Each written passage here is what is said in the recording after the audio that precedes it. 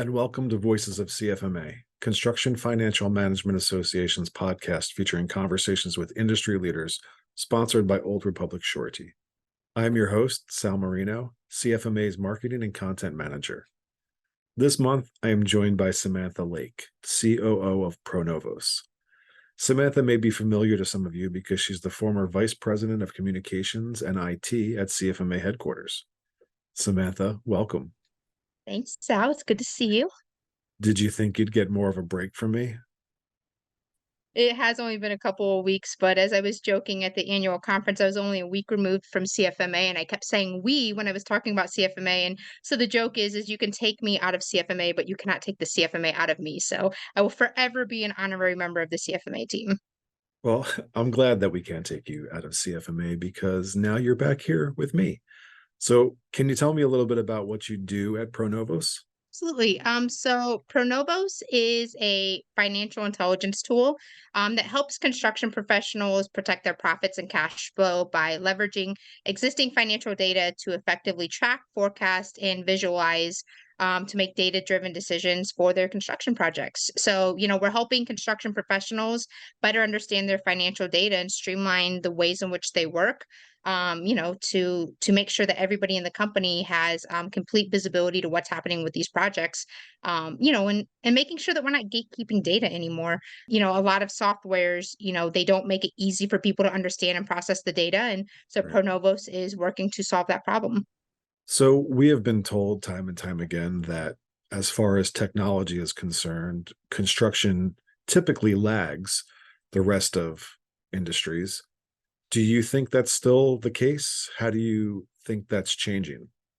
Some interesting place in society with the generational shift. And so, millennials now currently are the largest population in society. And as we see an influx in the baby boomers retiring, especially during COVID, more millennials are coming into positions of leadership within companies, especially in the technology world and within construction.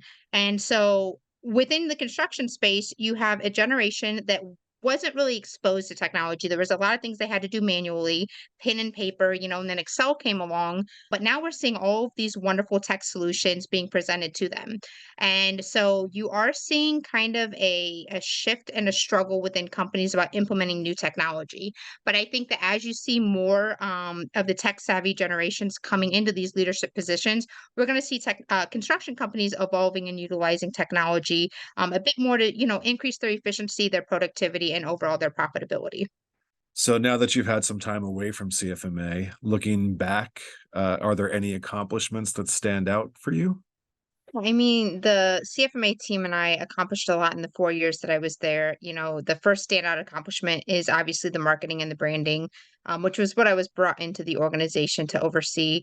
So I think we did a really good job of creating a modern brand, that's professional, that's relatable, and that's also attractive. And it's, done its purpose in bringing in a lot of new members and customers into the association. And then from the marketing, I went into the world of IT. I have a background in that from a previous job, and I just saw a lot of efficiencies and a lot of areas for improvement.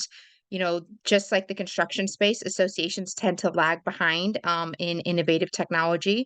So, worked with the team, and we're currently, I will forever say we with CFMA, but CFMA is currently undergoing a pretty robust tech stack revamp this kind of modernize our technology and really put the organization where it needs to be in the future to be nimble and flexible, and adaptable. And then lastly, I think my work with the association in regards to our DE&I initiatives. That's actually where I met Bruce Orr.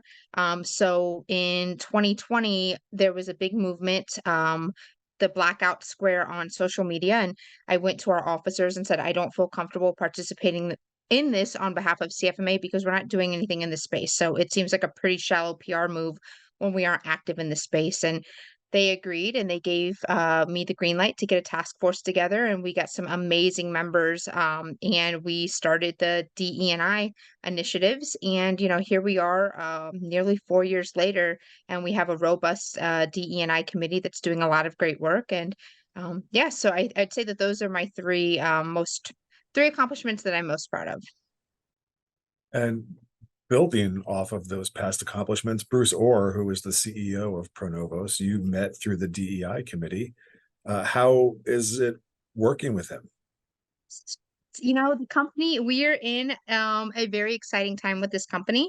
Only really been around for 18 months. So he was in startup mode and now we are scaling the company and going into growth mode. So there's some really big things on the horizon for Pronovos. And the way this is going to shape and impact the industry is really exciting. Like I said, Bruce, if you think about like Bruce has created something that has the power of like a Microsoft Power of BI, but without needing the technical expertise of the programmers to make that a reality.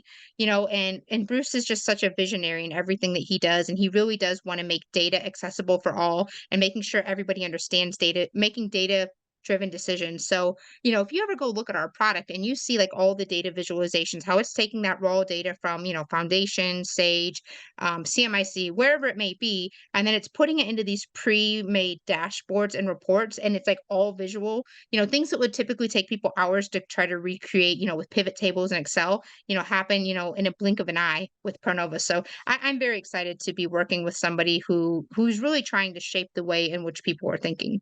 Well, this is all very exciting, and I can't wait to see where it goes. So, over the course of the past 4 years, I have benefited from a ton of your advice. Do you have any advice you'd like to give to our listeners?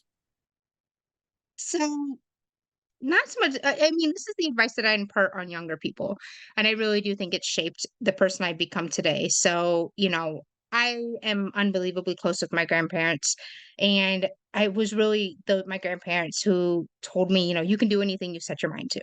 And I'm such a firm believer in self-fulfilling prophecies and, knowing what you want to accomplish, setting your mind to it, and continuously reminding yourself of like, all right, here's my end goal and how am I going to get there? I mean, the setting my mind to like what I did at CFMA. I set my mind to something, I accomplished it. I feel like I got the company in a really good place, and then I was like, right, let me go off and do this again. So for me, I'm always up for a challenge. I always want to try to achieve new things. One of the reasons why I made this jump in my career as well is I have this very aggressive vision for myself. In 10 years, I want to be retired. And I think you're hearing that from a lot of millennials. We don't want to work until we're 65, 70. So, Right. what I want to do is by the age of 50, if I can accomplish this, goal I have for myself, I want to be able to travel the world. I want to go to Asia. I want to teach English as a second language to children. I want to go to Rwanda. I want to volunteer with the mountain gorillas. I want to go to Indonesia, work with the orangutans. Like I just altruistic in my 50s and give back to the world. So again, all of that is like setting my mind to something and then coming up with a plan and being like, what do I need to do to get from point A to point B? And then never losing sight of that and just staying laser focused on those goals. Nice.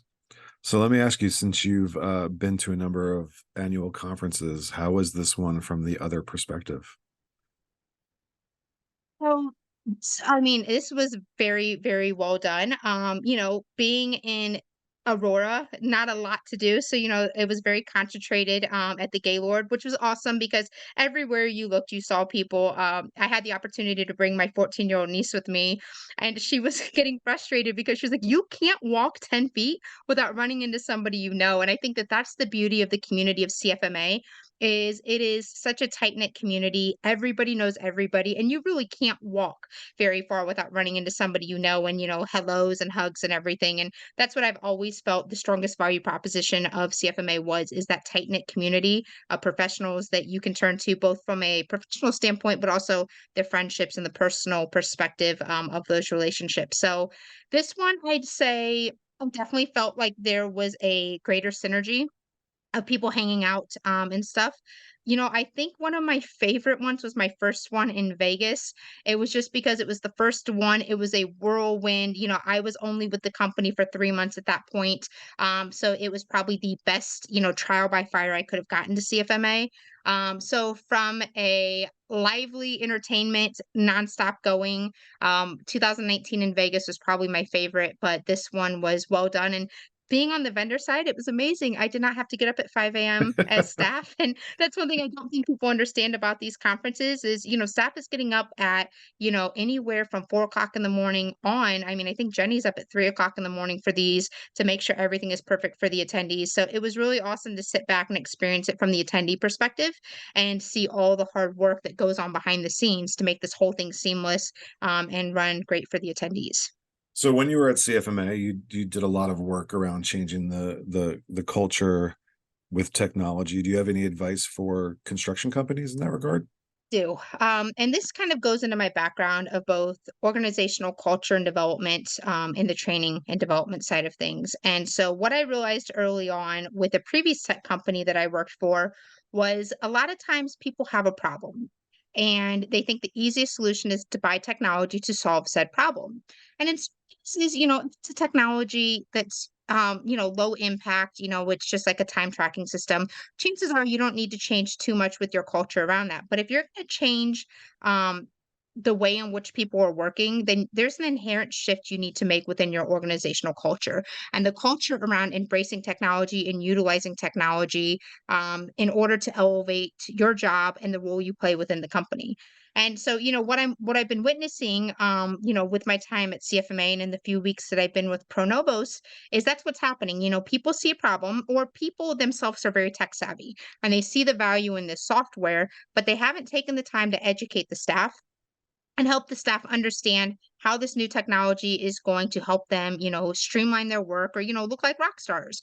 And so they buy the technology thinking we're going to buy this, it's going to solve all of our problems. And it just doesn't work that way. And so my advice to construction companies is, get people involved early on. Explain to them the value of this, have them in some of those demo calls, get their advice, and get their buy-in to moving forward with this new solution. And then make sure you're training along the way. So one thing, Sal, that we were doing at CFMA is we're not waiting for this tech stack to be implemented before we start the training. We started the training, we were in the discovery phase, watching videos, having Right. the staff watch it, not only watch the video, but answer Q&As to make sure that they're processing and they're retaining the information and they truly understand this new technology. And then what that does is that lessens the burden on the staff. So when this is live, they jump in with confidence and understanding, and they're actually excited about using it versus the fear that can come from new technology being like, I don't know what to do. This is so overwhelming. So now I have my job I'm trying to do as along with the new technology. And then they end up not using the new technology because it's just too much and they're trying to focus in on getting their job done. And how much of that do you think is generational? At least for me, I went to a computer magnet school. So I've been on a computer since I was 6 years old. This new generation has like literally been on phones since they could hold a phone, as an infant. Right. And so, I think from our generational perspective, we forget that not everybody has had the privilege of being born with technology in their hands. And so that's why, with the older generations, I tend to explain things a little bit more thoroughly. I give them more time to process and understand it. And I try to draw parallels to things that they know, and give them the time to experiment, ask questions, and get comfortable with it. Now, one of the issues that we run into, though, are those people that are at the end of their career and they might only have a couple of years left. And so they have this mental barrier of like, I'm almost out. I don't want to learn something new. I just want to get through to the finish line. That's that cultural shift where you have to work with those leaders in the organization and say, we understand this, but you're also setting the tone for the rest of our employees. So, we need you on board. We need you contributing. We need you to be a part of this culture.